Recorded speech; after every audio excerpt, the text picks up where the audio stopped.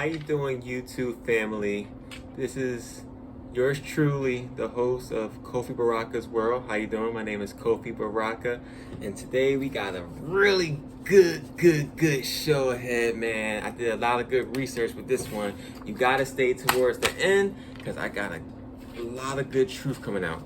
So this is episode 7, and it's entitled Spiritual Warfare in the Air. Spiritual warfare in the air.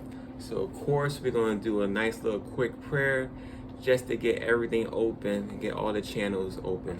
So God, thank you for this time. Thank you for all the blessings you have given us. Thank you for the audience. Thank you for their well-being, and also thank you for my well-being. Please bless our friends and families during the spiritual warfare and have us make it out in the end. Amen. Ra, Ashe, Ashe, and Ashe. God first. All right. So real quick, we're talking about spiritual warfare. Of course, if you're a chosen one, you know that we're going through something. You've been feeling it for the last couple of months. I've been feeling it since like March, April. And that's why I've been watching a lot of YouTube videos, a lot of good content, just to stay ahead of everything and be abreast. But these are a couple of things you could do while you're under the spiritual warfare. Of course, number one, spiritual identity. You got to strengthen your inner power, like we said a couple episodes ago. And within strengthening your inner power, you got to do a lot of shadow work. Now, shadow work is independent works to reconnect you to your soul and also to protect your spirit. Within that, you have items like sage that helps with the environment collectively. It helps with your spirituality collectively. I like using dragon blood. That's good. Also, white sage is not bad. Lavender sage is not bad, and desert sage is not bad as well. Also, frankincense and myrrh incense or heated rocks and pebbles, those are an asset as well during this time. If you wonder what is frankincense and myrrh, how does it smell? It smells like heaven. Or when you go past the Black Hebrews downtown, that's the smoke that's coming out of their little device. So that's frankincense and myrrh. Also, like I said before, a couple episodes, stay away from low frequency people. It could be your family, like it could be your immediate family. It can be your friends, strangers, and workmates. If they're negative, just tell them to get the fuck out my face. You know what I mean? Also, you got to be optimistic. You got to have positive energy. Another thing is you have to start sweating out all the stuff that's out of you. Go to the saunas, take a hot bath. Try to do that every day. Another thing is spiritual weapons, holy books, Quran, the Bible, the Hasiya, Yoruba passages, the Tanakh, etc., etc. Moreover, books on spirituality, even Kemet alchemy. That's not bad either. Another thing you gotta do is libation. You could do it in the morning time. You could do it in the evening time as well. I would suggest you ask like a Baba or someone, a priestess or a priest, just to get some simple instructions so you don't do it incorrectly, because you're really tapping into the spiritual world. Another thing is good music and drumming, like actual physical drumming. That's really good because now you're connecting to the spirits. Also, to become more childlike, to have fun, organic fun, especially during this Uranus portal and the Taurus portal. You need to really get childlike, and that's how you get all your blessings and resources. Also, you got to check your pride and your ego. Semen retention is good during this time to practice. Also, no pornography. That brings a lot of devils, if you believe in it, or bad spirits. Prayer, naturally. You know, you establish a good relationship with God, the High One, or even make it better. And then also, remember, August 8th, we got the Lions portals opening. So that's when spirituality meets materialism. And if you do all those things, maybe we could be like the Haitian Revolution. And if you don't know about the Haitian Revolution, that was a successful rebellion by African bondsmen. I don't like using slaves, or freedom warriors, I like to call them.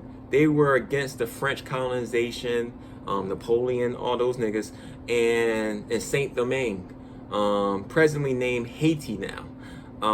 It started August 22nd, 1791, and they said ended January 1st, 1804.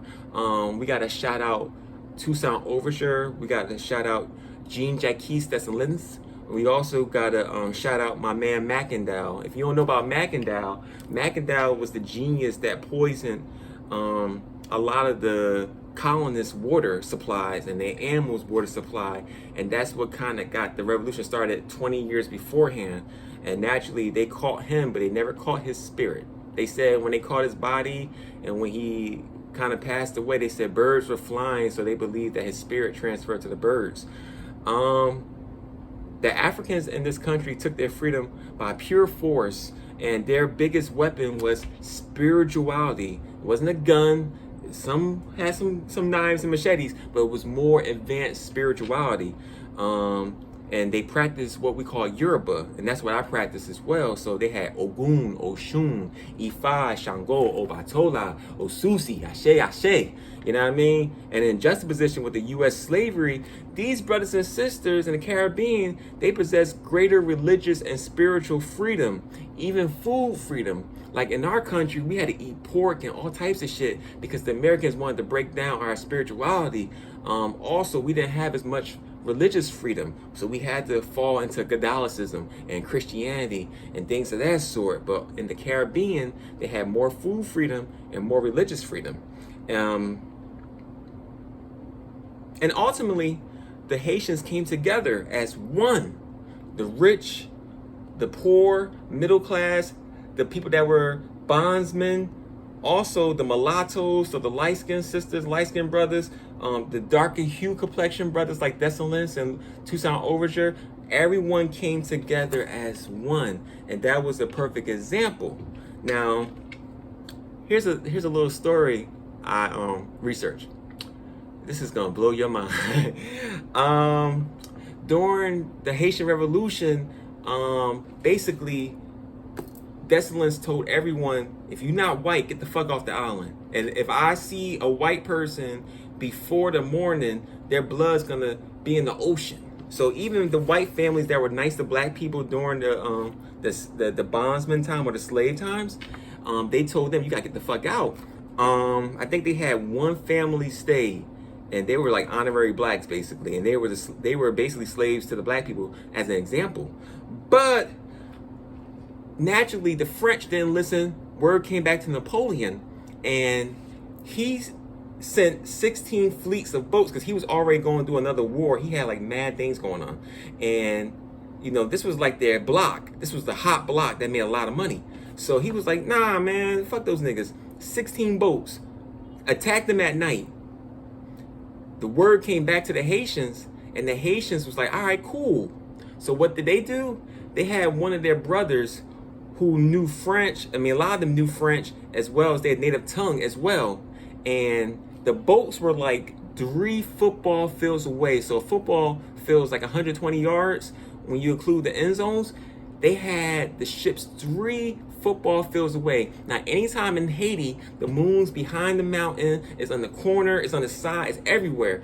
It was one of the few times in Haiti history that the moon was underwater. So they saw the ships already, and they counted the ships like, oh, what the fuck? 1, 2, 3, 4, 5, 6, 7, 8, 9. Oh, hell no. So they were like, all right. They had the dude swimming in the ocean, and they was like, yo, warn them that we ain't taking no shit. You can't come to this island no more. So the dude swam. Now, you got to dig this. This dude swam 3 football fields, and he's floating in the water, and he was like, yo, y'all do not want this smoke. Y'all do not want this smoke. And they were trying to capture him.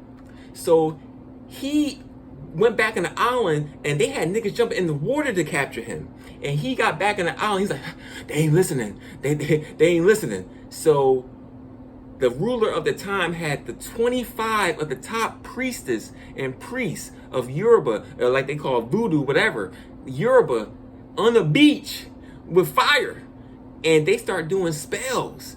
And like I told you, it was 16 boats. It was like maybe 200 people. Well, then all those boats, maybe 500 people, tell you the truth. They had men, women, and children. The spells had their fingers fall off. The spells had their eyes fall out. People couldn't remember their own native language. They couldn't even speak French no more. Some niggas was mute. Even the kids got affected. They were shape-shifting to objects. Some of the kids turned to clocks. Some of the kids turned to spoons. Some of the kids turned to tea kettles. The women too. It was getting crazy. They had one of the captains. He turned basically to a modern-day werewolf. So everything broke off of him but his pants. And they had to chain him in the bottom of the ship. They had a little kid that couldn't wake up, and he was constantly in a nightmare, and they had to shoot that motherfucker because it was too much for them. And the spells were so crazy that the Haitians' oral history said that these niggas, they left at night. If you know nautical science, you don't leave at night because there's no wind, you can't see nothing, there's crazy waves. These niggas were so scared, they left at night. They left at night. And the Haitians said the screams were so crazy, it was 3 hours of screaming. By the time the screaming stopped, the sun was coming up.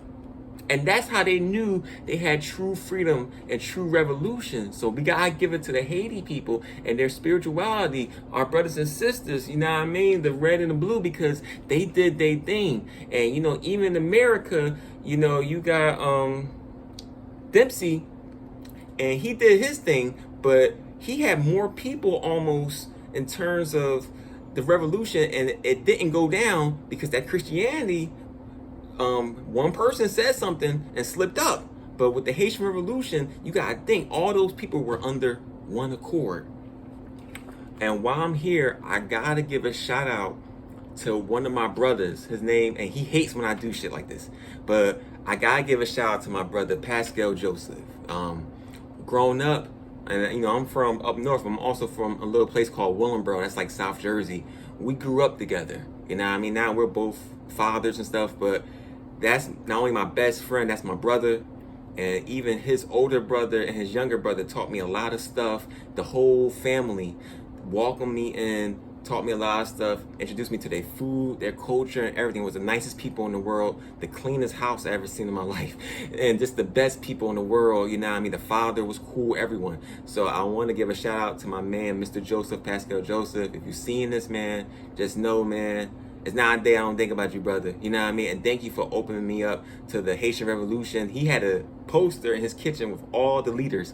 So that really opened up my eyes, brethren. And thank you to the Haitians. Thank you for the revolution. You gave us a grand example. And also, because of the Haitian Revolution, that captain that turned to a werewolf, they released him in Paris. And that's how you got the werewolf in Paris.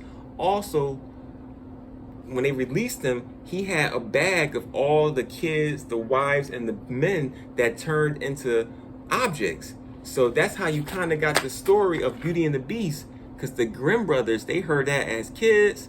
Naturally, they made their books. Walt Disney heard about it when he was a kid. Then he made the movie. And you even think about that dude, the werewolf went to what? A castle. He had all the objects.